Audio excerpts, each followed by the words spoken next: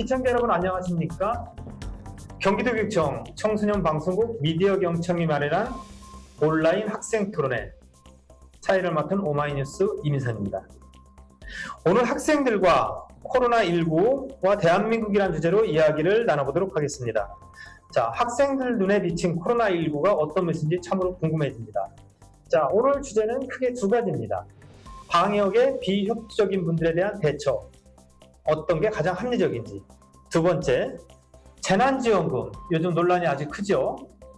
재난지원금 지급 방법과 관련해서 학생들은 어떤 생각을 갖고 있는지 알아보도록 하겠습니다.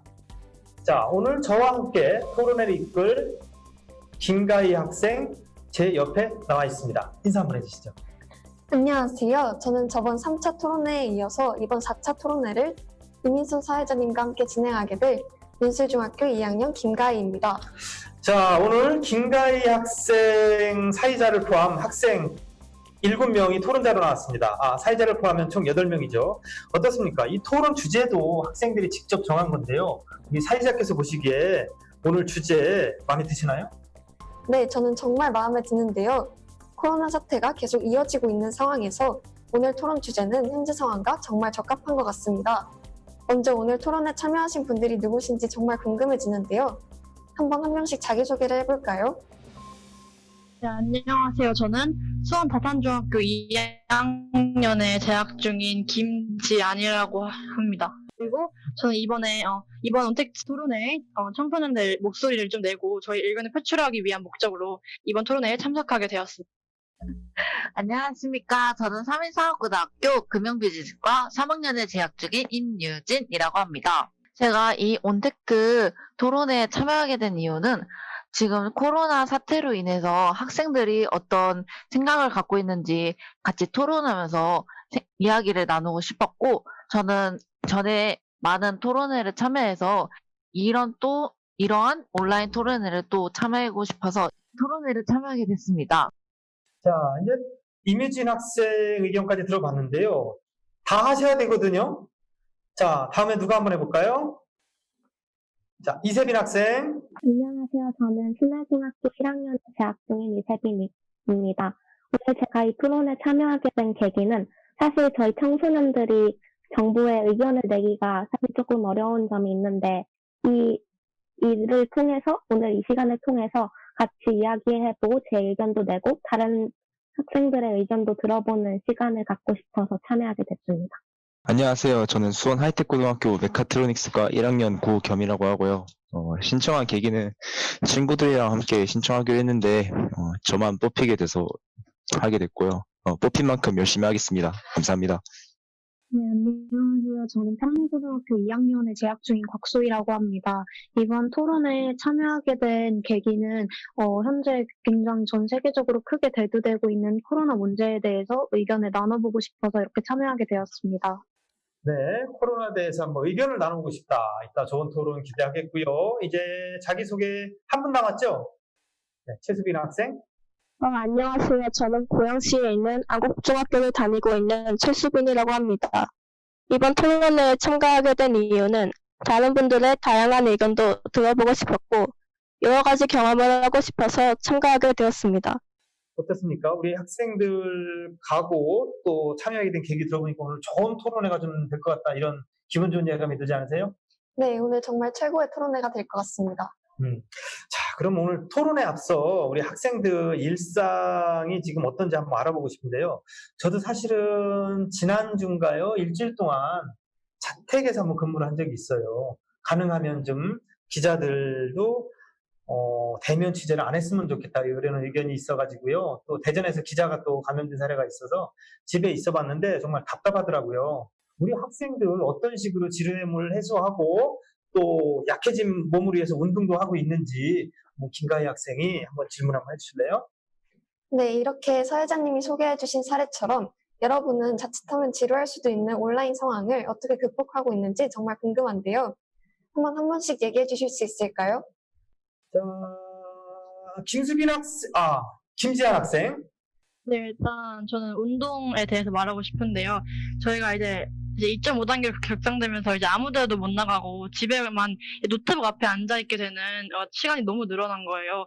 그래서 저희 운동의 경우 저희 학교 체육 선생님께서 직접 이제 그 홈 트레이닝 어플로 기록을 매기시면서 저희에게 매일 얼만큼씩 운동을 해서 제출을 해라 이런 식으로 해서 저희 학교 학생들은 그런 식으로 면역력을 이렇게 유지하고 최소한의 운동을 하고 있습니다.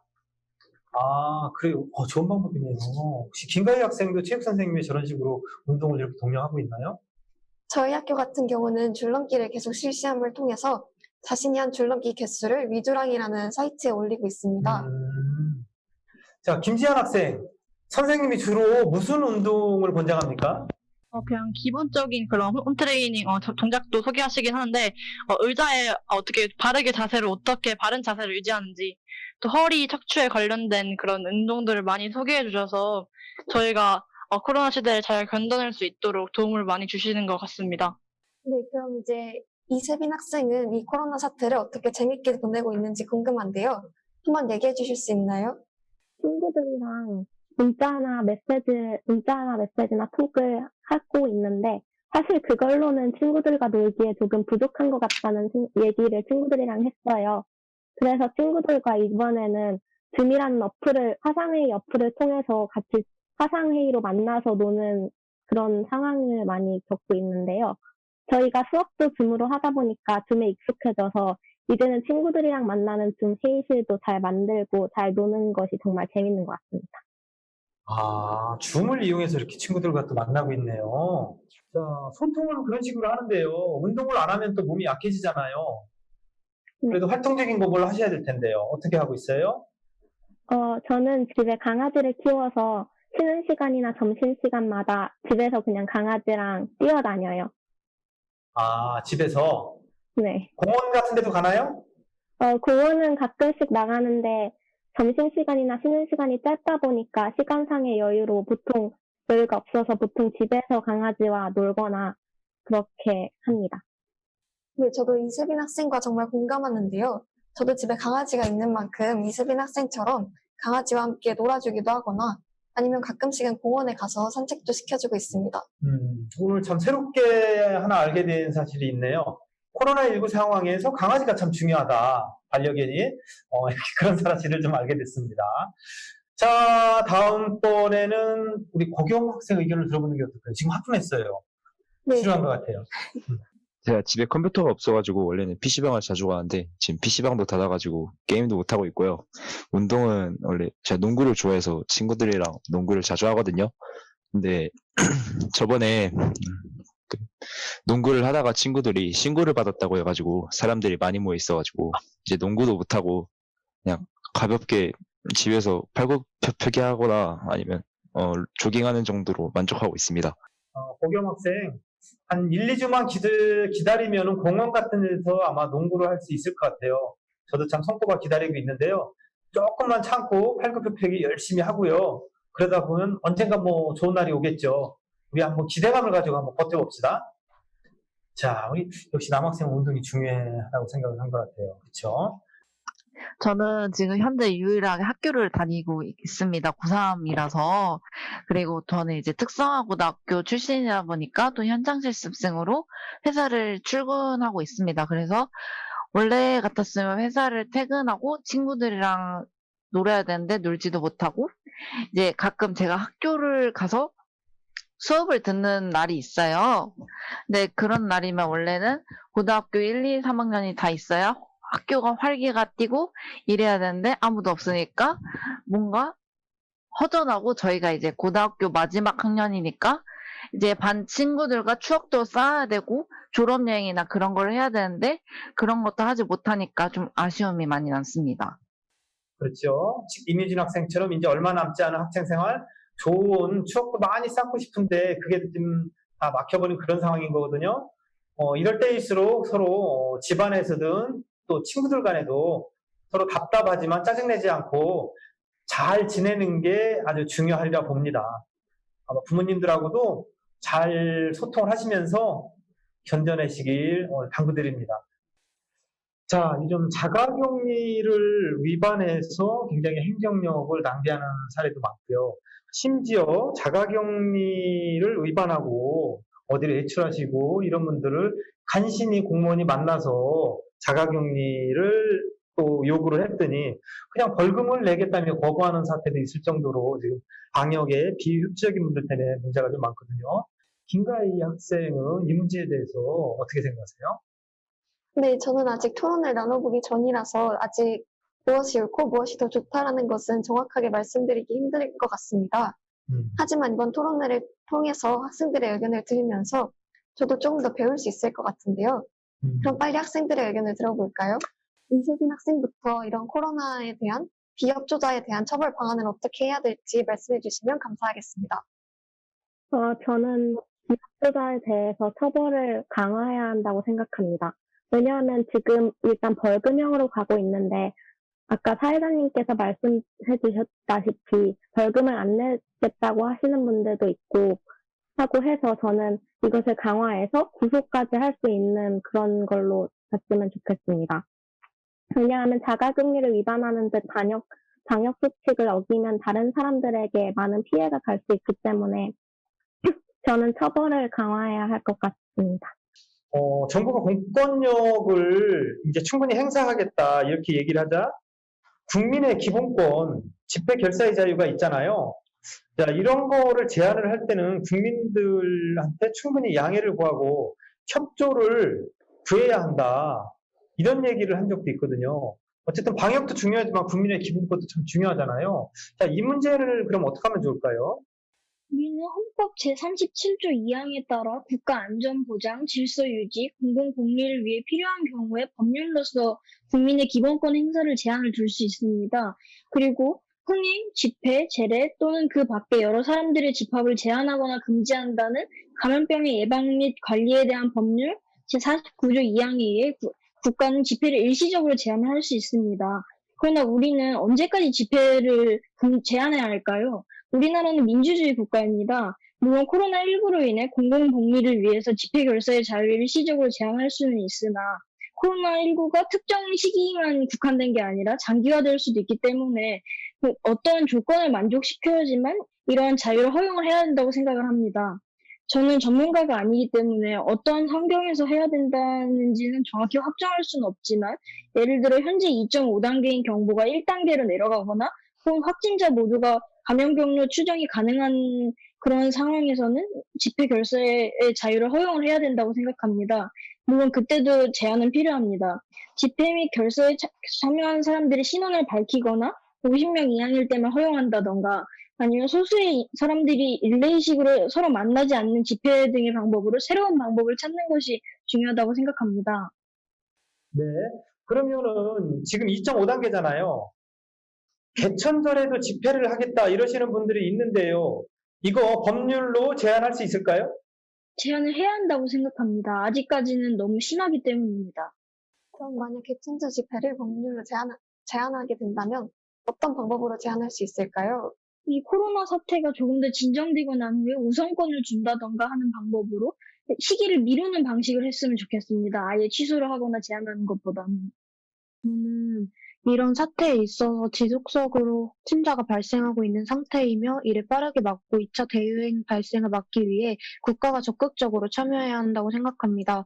물론 개인의 표현의 자유의 존중도 해야 되는 것은 맞지만 개인으로 인해 엄청난 사회적 비용과 무고한 사람들이 대가를 치르는 일이 발생한다면 이를 어떤 적절한 선을 만들어서 통제하는 것이 맞다고 생각합니다. 적극 개입. 자, 국가가 그러면 구체적으로 또 어떤 식으로 개입할 수 있을까요? 아까 말씀해주신 것처럼 지금 개천절에 집회가 열린다고 했는데 그때 광화문에서 열린 집회로 인해서 많은 확진자가 발생했기 때문에 이 집회를 적극적으로 막아야 하며 아까 말씀해주신 것처럼 아예 그 집회가 열릴 수 없게 하는 것보다 집회 시기를 늦춤으로써 이런 코로나의 확산을 막는 것이 중요할 것 같습니다. 저는 정부가 아예 집회를 하면 처벌을 하는 식으로 뭐 예를 들어서 구속을 할 수 있게 하거나 아니면 징역을 하는 등으로 집회를 하면 처벌을 해야 한다고 생각합니다. 왜냐하면 집회를 처벌함으로써 집회를 하는 사람의 기본권이 침해되는 것은 사실이지만 만약 집회를 한다면 코로나 바이러스가 더 퍼지게 되어서 지금 같은 상황이 장기화되면 다른 사람들의 기본권까지 빼앗길 수 있기 때문입니다. 그래서 저는 정부가 집회를 아주 강력하게, 예를 들어서 처벌, 구속, 징역 이런 방법으로 처벌을 해야 한다고 생각합니다. 예, 구속하거나 징역을 살리는 방법까지 좀 동원해야 되겠다. 이런 강력한 방법을 좀 얘기를 해주셨습니다. 학생들 의견이 대체로 동일하네요. 다른 친구들 의견도 한 번 더 들어볼까요? 네, 일단 저는 이 개인 표현의 자유와 공공질서 이 두 가지가 맞선다면 저는 아무래도 공공의 질서와 안전이 더 중요하다고 생각하는 측에 있어요. 그래서 저는 무엇보다 공공의 안전과 질서가 더 중요하다 생각해요. 물론 민주적인 사회에서 집회 참가자들의 열정과 개인 표현의 자유, 결사 이런 것도 지키는 것은 당연히 보장되어야 하지만 그보다 더 상위에 있는 것은 생명을 지키는 의무라고 생각하거든요. 그들의 목숨이 목숨이 안전하지 않다면 개인 의견을 표출될 기회조차도 없기 때문이라고 생각을 해요. 그래서 저는 자기 자신뿐만 아니라 타인에게 목숨에 위협을 주는 것은 명백한 범죄 행위고 이걸 엄격하게 다스려야 한다고 생각하는데요. 네, 그렇습니다. 네. 좀 더 아주 적극적인 정부의 대처를 원하는 그런 목소리가 나오고 있습니다. 이런 의견을 주셨고요. 김지한 학생. 이제 나머지 학생 몇 명 의견 들어야 되겠죠? 네. 그럼 임유진 학생의 의견이 궁금한데요. 지금 바로 들어보도록 하겠습니다. 저의 생각은 그러니까 코로나 확진된 사람들이 만약에 검사를 안 받거나 이제 자가격리 중에 이탈하거나 하는 사람들에게는 처벌을 더 강화해야 된다고 생각합니다. 경기도에서는 이제 마스크를 쓰지 않은 사람들에게는 300만 원의 벌금을 부과한다고 했지만 실제로 일일이 마스크를 안 쓴 사람들에게 벌금을 때리기도 어렵고 그리고 정강훈 목사가 이제 코로나에 감염이 돼서 지금은 이제 이제 확진자 그거 끝났고 근데 그 치료비 갖고 이제 국가에 세금을 해야 되냐 아니면 자기가 부담을 해야 되나 그것도 있고 그리고 아무래도 집회가 저는 민주주의 사회에서는 이제 자유라고 생각하지만 법률에 이렇게 써 있어요. 대한민국 헌법 제37조에 이번에 있으면 국민의 모든 자유와 권리는 국가 안전 보장, 질서 유지 또는 공공복리를 위하여 필요한 경우에 한하여 법률로서 제한할 수 있으며 제한하는 경우에도 자유와 권리의 본질적인 내용을 침해할 수 있다라고 이렇게 명시되어 있어요. 그러면은 다른 사람들의 피해까지 주면서 저희들의 자유까지 침해하는 것은 아니라고 생각하기 때문에 처벌을 더 강해야 된다고 볼 수밖에 없습니다. 네, 마스크 처벌이 주관적일 수 있다는 생각을 해주셨는데요. 저도 기사를 봤을 때 사람들이 이러한 마스크 처벌이나 비협조자에 대한 처벌 방안이 지금보다 조금 더 객관적이어야 된다는 의견을 많이 접한 적이 있습니다. 그래서 임유진 학생의 의견에 조금 더 공감이 됐었던 것 같은데요. 그럼 지금은 고겸 학생의 의견을 들어볼까요? 이렇게 전 세계적인 코로나 위험 상황에서는 개인주의적인 생각은 큰 위험을 일으킬 수 있다고 생각합니다. 책 정의란 무엇인가에서는 법은 미덕에 관한 서로 다른 개념들 사이에서 중립을 지키면서 시민 스스로의 최선의 삶을 선택하도록 해야 하는가라고 고민합니다. 집회 결사, 개인의 표현의 자유가 우선인가? 공공의 질서, 안전이 우선인가? 국가적 위험 상황에서는 국가는 개인의 자유를 어느 정도 침해할 수 있다고 생각합니다.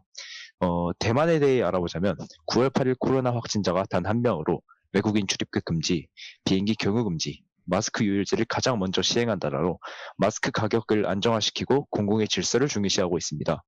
저는 대만이 현재 가장 모범적인 모습을 보여주고 있는 방역 모범국이라고 생각합니다. 자가격리 이탈 시 신상 공개, 얼굴 공개, 어마어마한 벌금 부과로 강력한 처벌을 보여주며 코로나19에 대해 완벽한 대처를 보여주고 있지 않나 생각합니다. 물론 개인의 자유를 어느 정도 침해하고 있어 반대 요소가 어느 정도 있습니다. 하지만 하루빨리 원래대로의 일상으로 돌아오려면 대만 같은 강력한 제재가 필요하다고 생각합니다. 자, 이제 학생들의 의견을 모두 들어봤는데요. 학생들의 의견은 어쨌든 처벌을 좀 더 강화해야 된다. 어쨌든 위기의 상황에서는 일부 국민의 기본권도 제한할 수 있다. 그 이유는 다른 사람의 기본권을 지키고 생명을 지켜야 하기 때문에. 자, 요 정도 의견으로 이렇게 귀결이 되는데요. 이 대목에서 참 중요한 게 한 가지가 있어요. 그러면은 도대체 국가란 무엇인가, 국가의 역할은 무엇인가에 대해서 우리가 좀 한번 생각해 볼 필요가 있는 건데요. 국가라는 조직체가 국가가 곧 국민이잖아요. 그 구성원의 국민의 기본권을 어느 정도 제한할 권한이 있는 건지 거기에 대한 한번 우리 토론자들 의견을 좀 듣고 싶거든요. 코로나19 방역 비협조자들은 공공질서와 시민의 안전을 위협하고 있으며 이들은 개인의 표현의 자유라고 생각할 수 있지만 저는 다른 사람들의 안전이 더 중요하다고 생각합니다. 우리나라는 헌법의 집회와 개인 표현의 자유를 보장하고 있고 당연히 보장받아야 한다고 생각합니다. 다만 코로나는 전 세계적으로 누적 확진자 수가 우리나라 인구의 절반이 넘는 2,800만 명을 넘고 있으며 사망자도 92만 명이 넘습니다. 헌법에 보장된 권리도 중요하지만 권리를 행사하기 위해서는 공공의 질서와 안전이 우선되어야 한다고 생각합니다. 저는 국가의 역할은 국가가 국민들이 모여서 생긴 공동체이기 때문에 모든 국민들의 기본권을 적절하게 공평하게 어느 정도는 다른 사람의 기본권을 위해 침해될 수 있겠지만 그게 모든 것이 침해되지 않고 모두가 공평하게 기본권을 가지고 있게 하는 것이 국가의 역할이라고 생각합니다. 예를 들어서 이번 집회에서도 만약에 집회를 하지 못하게 하면 집회를 하는 사람들의 기본권을 침해할 수도 있지만 만약 집회를 집행하면 그 다른 사람들에게 피해를 가서 그 사람들의 기본권을 침해할 수 있는 만큼 국가가 이 사이에서 그 두 가지를 잘 조율하면서 모든 사람의 기본권이 최소한으로 보장받게 해야 한다고 생각합니다. 저 또한 정부가 적절한 선을 정해서 이러한 사태에서 그런 국가의 안전을 보장하기 위해서 노력해야 한다고 생각하며 국가의 역할이 너무 크게 광범위 되기보다는 한정되어야 된다고 생각합니다. 국가의 역할이 어느 정도까지 개입해야 되는지 그것이 바로 적절한 선을 지켜야 한다. 이렇게 곽소희 학생이 얘기해 주셨는데요. 이에 대해서 좀 더 추가하실 의견이 있거나 아니면 국가의 역할에 대해 또 다른 의견이 있으시면 말씀해 주시면 감사하겠습니다. 그러니까 저는 모든 국민들이 빨리 코로나 이전 시대로 다시 돌아가게 하는 것이 국가의 역할이라고 생각을 하고 사회적 거리두기 2.5단계처럼 국민들의 자유를 제한하지만 빨리 코로나19에 벗어나기 위하려면 국가가 국민의 안전 보장의 그 선을 침해한다는 것이 저는 맞다고 생각을 합니다. 국가의 목적은 국민을 보호하고 자유를 침해받지 못하게 하는 데 있다고 생각합니다. 국가는 헌법에 따라 법률을 해석해 시행하고 국민의 의견을 수렴할 힘을 가져야 합니다.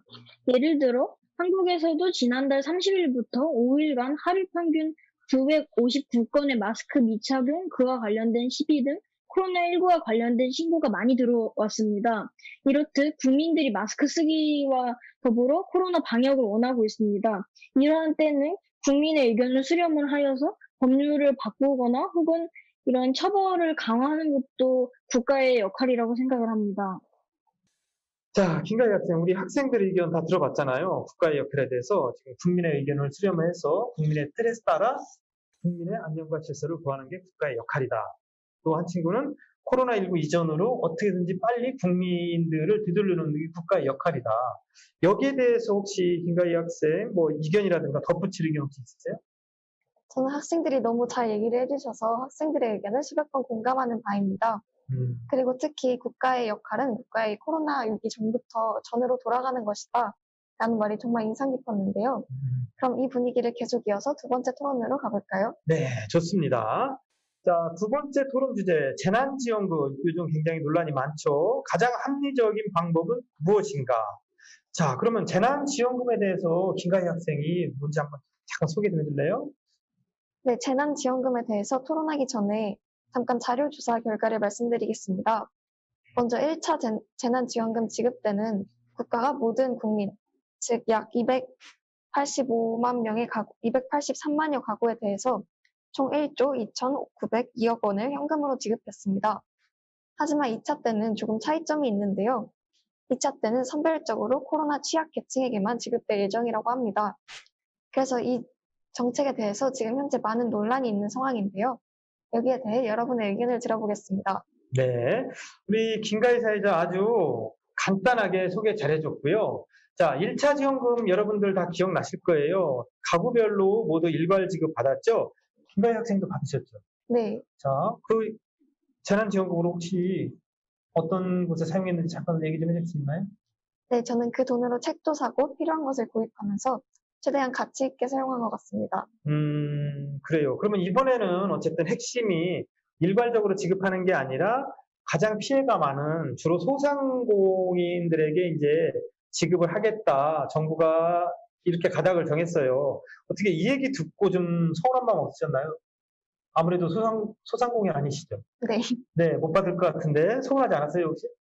네, 일단 1차 때와 달라진 점에 대해서 처음엔 당황스럽기도 했지만 여기에 대해 양쪽의 의견을 들어보면서 조금 더 정리할 수 있었는데요. 그래서 오늘은 학생들의 입장에서 의견을 들어보면 정말 많은 도움이 될 것 같습니다.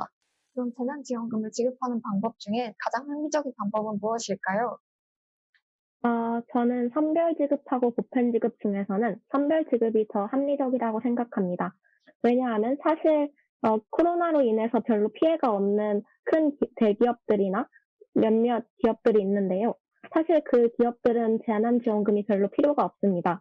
그리고 반면에 지금 코로나 바이러스로 인해 매우 생계가 위험해지고 그리고 돈이 급하게 필요한 사람들도 많습니다. 그래서 저는 그 사람들을 위해서 집중적으로 지원하는 게 조금 더 효과적이고 합리적이라고 생각합니다. 또한 그 사람들에게 지급하면, 그 누락된 사람들이 있다는 의견도 있었는데요. 저는 누락된 사람들은 나중에 신청을 받아서 그 사람들도 추가해서 그 다음번에는 그렇게 더 나은 방향으로 지급하면 가장 좋은 절충안이 될 것 같습니다. 그럼 지금 일단 이세빈 학생이 선별적 지급이 정말 좋은 방법이다라고 얘기를 해주셨는데요. 여기에 대해서 김수빈 학생도 할 말이 있을 것 같습니다. 그럼 김수빈 학생의 의견을 들어보도록 하겠습니다. 저는 코로나19 피해 지원금 대상을 선별하는 과정에서 시간도 오래 걸리고 선별에 따른 비용도 많이 들어가므로 효과적인 지원을 위해 우선은 전체 국민에게 지원금을 일괄적으로 지급하고 사후에 피해 규모가 닿거나 소득이 별로 줄지 않은 가구에 대해서 연말정산 때 환수하는 방법이 효과적이라고 생각합니다. 그런데 여기서 선택적 지급과 조금 다른 점이 있는데요. 단순히 기본소득이 적은 사람보다는 정말 재난 상황에 피해를 입은 사람을 위해서 이러한 정책을 시행했으면 좋겠습니다. 고소득자를 제외하기 위한 것이 아니라 소상공인과 전문 직종을 포함해서 피해를 퍼센트 단위로 계산을 하여서 상위 40%를 제외하고는 20% 이하의 피해를 받은 사람들에게만 환수를 한다던가 하는 식으로 정말로 코로나19 때문에 피해를 받은 사람들만 지원을 받을 수 있게 하는 정책을 펼쳤으면 좋겠습니다. 네, 대상 선별 시간이 정말 오래 걸릴 수도 있다는 얘기를 처음으로 해주셨는데요. 저도 여기에 대해서 많이 공감합니다. 이제 코로나 2차 지원금을 지급받을 사람을 정하는 과정에서 그 결정이 조금 주관적일 수 있기 때문에 여기에 대해서도 좀 더 이야기를 해봐야 될 것 같고, 또한 재난 상황에서 정말 피해를 입은 분들에게만 지급하는 게 좀 더 좋을 것 같다라는 의견에도 공감이 되었습니다. 그럼 지금부터 최수민 학생의 의견을 들어보도록 하겠습니다. 저는 각자 처한 상황이 다르기 때문에 재난지원금을 합리적으로 지급하는 것은 어려운 것이라고 생각합니다. 저는 1차 재난지원금 지급 방법인 보편적인 지급 방법이 더욱 합리적이라고 생각합니다. 그 이유는 모든 국민이 어려운 시국에서 평등하게 지급을 받기 때문입니다. 다만 사회 지도층, 부유한 사람들이 자발적인 기부 등을 통해 더 취약한 계층을 지원하는 성숙한 모습을 보이는 것이 필요하다고 생각합니다. 긴급재난지원금을 하반기로 나누어서 모든 국민들에게 나눠주는 게 공평하다 생각합니다. 그리고 2차 긴급재난지원금을 제가 한번 찾아봤는데요.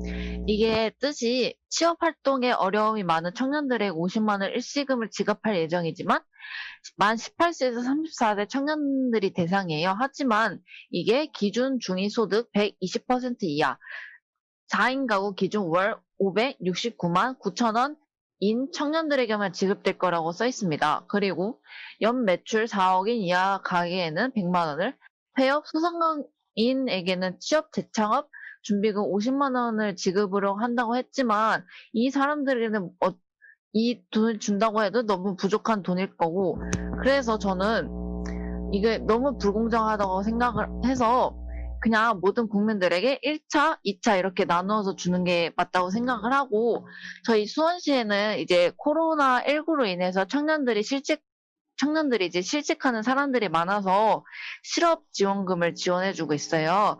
그런 것처럼 이제 소상공인이나 이제 자영업자들에게 약간 실직 지원금을 지원해 주는 것도 나쁘지 않다고 생각합니다. 각 지자체에서요. 네, 그럼 이제 고겸 학생의 의견이 궁금해지는데요. 지금부터 고겸 학생의 의견을 들어보겠습니다. 현 2차 긴급지원금은 선별지급이고 1차 긴급지원금은 보편지급이었잖아요. 현재 사회적 거리두기 2단계를 통해서 자영업자, 소상공인들과 업자, 특수형태의 근로종사자들, 생계에 위협을 받고 있는 사람들이 우선적으로 지원금을 받아야 되는 게 맞다고 생각합니다. 물론 코로나로 피해받고 있는 것은 온 국민이지만 그중에서 피해가 큰 계층에게 긴급지원금이 들어가는 것이 맞지 않을까요? 1차 재난지원금 당시에는 밖으로 나가 소비가 가능한 여건이었습니다. 그 당시 그래가지고 보편지급으로 소비를 늘려 자영업자 등으로 간접적인 지원이 가능했습니다. 2차 지원금은 2.5단계의 강력한 거리두기로 밖으로 나가 소비가 가능한 여건이 아니고 온라인으로 소비, 배달 등 간접적인 지원이 있긴 하지만 너무나 한정적입니다. 때문에 한정적인 재정을 효율적으로 사용하기 위해서 생계를 위협받는 자영업자, 업종 계층을 직접 지원해야 한다는 것이 맞다고 생각합니다. 저는 재난지원금 지급 방법에 대하여 보편지급을 통한 지급이 이루어지는 게 가장 합리적이라고 생각합니다. 선별지급 같은 경우에는 사실상 선별복지와 다를 바 없다고 생각하고, 지원금을 일괄 지급하면 신속한 행정 처리가 가능할 뿐더러 고소득층의 지원금을 추후 환수하는 방안이 마련되고, 내년에 환수를 하게 되면 지난해가 아닌 올해 소득을 기준으로 지급 대상을 더 선별할 수 있다는 장점에서 보편 지급이 이루어져야 한다고 생각하며, 선별 지급으로 진행되고 있는데, 이런 선별 지급의 기준이 엄청 명확하지 않을 뿐더러 이를 합의하기 위해서는 그만큼의 비용이 소비될 뿐더러 적은 돈의 차이로 인해 재난지원금을 받지 못하는 아이러니한 상황이 발생할 수 있기 때문에 보편 지원금을 하되 선별 환수하는 지급 방식으로 이루어져야 한다고 생각합니다. 계속해서 저 토론을 들어보니까 양쪽 의견을 많이 갈리고 있는데요. 일단 전 국민에게 지원금을 모두 주는 보편적 지급과 일정 기준 큰 피해를 입은 사람에게만 주는 선별 지급 두 가지 중에 저는 보편적 지급이 더 합리적이라고 생각을 해요. 물론 가장 큰 이유는 보편적 지급이 선별 지급과 다르게 사각지대가 발생하지 않기 때문일 텐데요. 아까 곽소희 토론자님께서도 언급하셨듯이 이렇게 애매한 기준에 비껴나간 계층이나 현금으로 거래하여 매출의 증감이 파악 불가능한 계층, 또는 각자 노동 시간을 늘려서 감소한 매출을 채운 계층 등이 있습니다.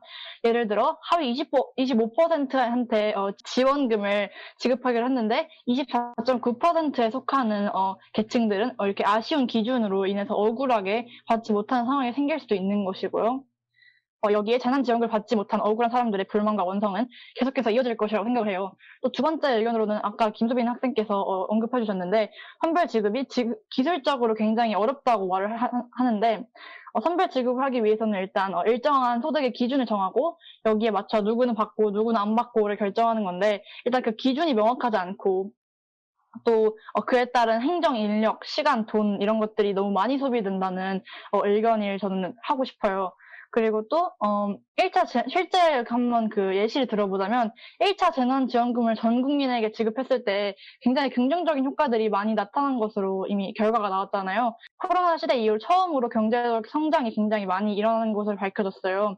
그래서 경제 성장률 감소가 둔화되고 또 취업자, 실업자 이런 고용 악화도 개선됐고요. 또 작은 기업들인 소매 판매도 이런 것들이 증가하는 등 경제 시장에 있어서 굉장히 긍정적인 효과들이 줄줄이 불러온 것으로 알고 있어요. 그래서 저는 이런 의견들 때문에 보편적 지급이 가장 합리적인 의견이라고 생각합니다. 자, 이제 우리 토론자들의 의견을 다 들어봤는데요. 지금 4대 3으로 엇갈렸어요. 보편적 지급이 좀 더 합리적이다. 네 학생이 그렇게 답변을 했고요. 세 학생은 선별 지급이 더 합리적이다. 이렇게 답변을 했는데요. 우리 지금 의견이 엇갈렸으니까 이번에는 서로 학생들끼리 주고받는 토론을 하면 좀 어떨까요? 의견이 엇갈린 부분에 대해서. 먼저 곽소희 학생이 준비가 된 것 같은데요. 곽소희 학생부터 들어보도록 하겠습니다. 먼저 선별 지급 같은 경우에는 어떻게 보면 자산에 반영하는 것인데 저는 자산에 반영해서는 안 된다고 생각합니다. 기존의 경제 위기와 코로나 사태는 결이 다를 뿐더러 세계 2차 대전 당시의 폭탄이 가난한 집이든 부유한 집이든 가리지 않았듯이 현재도 누가 피해를 보고 있는지 그것을 예측할 수는 없다고 생각합니다. 아무리 20억의 주택이 있는 자산가라도 만약에 2달 동안 수입이 끊기게 된다면 주택 시장에 그것을 바로 내다 팔 수 없는 상황으로 봤을 때 피해를 예측할 수 없다는 점에서 선별 지급이 마땅하지 않다고 생각합니다. 박소희 학생께서 코로나 상황을 2차 세계대전 때 떨어진 폭탄에 비유하셨는데 제 생각에 폭탄과 코로나 상황은 다르다고 생각합니다. 왜냐하면 폭탄이 떨어지면 박소희 학생이 말씀하신 것처럼 모든 사람이 피해를 볼 것인데 사실 코로나 상황에서는 피해를 보는 사람들도 있고 도리어 이익을 얻는 사람들도 있습니다. 예를 들어서 저희가 지금 사용하고 있는 화상회의 시스템을 운영하고 있는 회사의 경우 지금 우리가 많이 사용하고 있으므로 사용량이 많아질 것입니다. 그래서 그런 기업들은 이익을 얻을 것이고 반면에 코로나 자영업자분들과 같이 자영업자분들이나 아니면 유흥주점을 하시는 분들 같이 코로나19로 인해 타격을 입는 분들도 있습니다. 그렇기 때문에 저희는 이렇게 타격을 입는 분들을 잘 선별해서 이 분들에게만 집중적으로 지원을 해야 한다고 생각합니다. 저희 재난지원금의 원래 의의는 어려운 사람을 돕는 것이지 모든 사람에게 복지를 하는 것이 아닙니다. 그렇기 때문에 저는 진짜로 어려운 사람들을 선별해서 그 사람들에게 지원을 해야 그게 진정한 지원이라고 생각합니다. 네, 전 발표자께서 정말로 가난하고 정말로 필요한 사람들에게 지급해야 한다고 말씀하셨는데, 그렇다면 그 상위에 정말 재원 지원금을 주는 게 문제가 된다면, 다른 방법을 시도해볼 수도 있는데, 예를 들어서 지금 모두가 어려운 상황에는 일단 지원금을 우선 지급한 뒤, 상위층에게는 연말에 세금으로 청산을 하게 하는 방법이나, 아까 다른 토론자님들께서 그런 방법들을 많이 말씀해 주셨는데, 그런 거에 대해서는 어떻게 생각하는지 의견이 궁금합니다. 아까 전 토론자님께서 일단 다 지원하고 상위 계층에게서 환수하는 방식으로 하면 더 좋은 방안이 될 수 있을 것 같다고 하셨는데, 그런데 저는 상위 계층의 기준도 살짝 모호하다고 생각합니다. 상위 계층이 필요가 없는 정도가 어느 정도인지도 모르고, 그리고 그들이 진짜 필요하지 않다고 그 환수하는 그 기준도 잘 모호하기 때문에 그거에 대해서 어떻게 생각하시는지 궁금합니다. 일단 하위보다는 상위 이제 고소득층, 누가 봐도 이렇게 부자고 이제 직업상 돈을 많이 버는 그런 고소득층은 이미 이렇게 기준이 명확히 정해 있고 그 기준이 훨씬 이렇게 지급하기가 편한 방법이라고 생각을 해서 그렇게 말씀드린 건데, 연말 정산에서 어느 정도로 요구를 할지 그런 부분은 고민해 봐야 하는 부분이라고 생각하고 동의합니다. 이선민 학생 혹시 답변이 됐다고 생각하십니까? 네. 네, 그러면 이제 다른 분들의 의견을 한번 들어볼 차례가 된 것 같은데요. 먼저 최수빈 학생은 어떻게 생각하고 있을지 정말 궁금합니다. 저는 일단 선별지급은 단점이 많다고 생각하는데요. 일단은 필요한 사람을 선정하는 기준을 명확히 정하기가 어렵고 자신이 기준에 맞는 것처럼 꾸며서 부정수급자가 발생할 수도 있다고 생각하는데요. 이런 문제들에 대해서는 어떻게 대처 방안이 있을지 궁금합니다. 선별 기준을 명확히 정하기 어렵다는 것은 간단하게 해결할 수 있을 것 같은데요. 일단 구의염군 영업이 12곳이 있잖아요. 노래방이나 PC방이나 이런 분들은 영업을 아예 못하게 되니까 이분들에게 가장 먼저 지원금을 주면 되지 않을까 생각합니다. 저는. 네, 이거 충분히 이제 답변이 된다고 봅니다. 이미 국가에서 영업 정지를 내려서 영업을 못한 분들이 기준이 되면 맞지 않겠냐.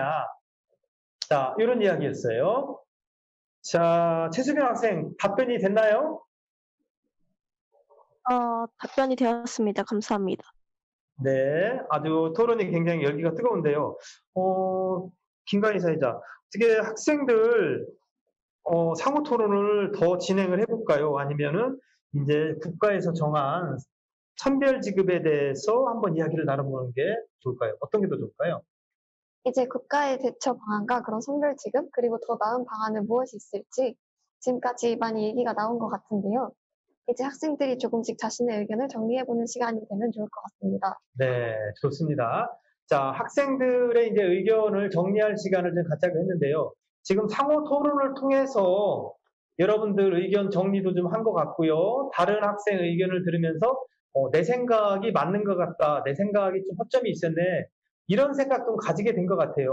혹시 나는 지금까지 선별 지급이 맞다고 생각하는데 얘기 듣고 보니까 보편 지급이 맞다고 생각한다든가 아니면은 나는 지금까지 보편 지급이 맞다고 생각했는데 선별 지급이 학생들 의견을 듣고 보니까 더 나은 것 같다. 이렇게 생각이 바뀐 학생이 있으면 한번 얘기 좀 들어볼까요? 자, 없으면은 손 안 들어도 괜찮습니다. 자, 김가희 학생. 토론이 뜨겁게 진행됐는데도 역시 기존의 생각은 바뀌진 않은 것 같습니다. 자, 4대 3으로 이건 정리하는 걸로 하고요. 이제 요번에 국가에서 어쨌든 선별지급으로 가닥을 잡았습니다. 이제 국회에서 이제 통과만 되면은 예산이 나올 테고요. 선별지급이 이제 그냥 진행이 될 텐데요. 지금 논란이 되는 게 노래방은 주고 유흥지원을 왜 안 되나? 이거 가지고 지금 논란이 일어나고 있어요. 그리고 또 한 가지, 자, 편의점 업주들은 왜 뺐냐 하고 지금 성명을 발표했습니다. 지금 좀 갈등이 일어나고 있는데요. 그러다 보니까 이제 일부에서 비판이 좀 일어나고 있는데요. 이제 경제학자들 중에서는 자, 이런 식으로 이제 선별 지급을 하다 보면은 1차에 있었던 경제 부흥 효과는 없을 것이다. 이런 얘기를 냈는데요. 이렇게 좀 갈등이 좀 많아요. 그러면 여러분들 지금 뭐 보편적 지급이 나는 맞다, 선별적 지급이 맞다, 이런 건 다 한번 내려놓으시고 지금부터는 요 문제, 요런 논란에 대해서 지금 정부 방침에 대한 논란에 대해서 나도 할 말이 있으니까 이런 생각을 갖고 있고 나도 할 말이 있다. 이런 취지로 한번 토론을 해보는 게 어떨까요? 네, 한 명씩 이 문제에 대해서 돌아가면서 정리를 해보면 좋은 시간이 될 것 같은데요. 그럼 먼저 곽소희 학생의 의견부터 들어보겠습니다. 정부의 이런 정책에 대해서 굉장히 잘못되었다고 생각합니다.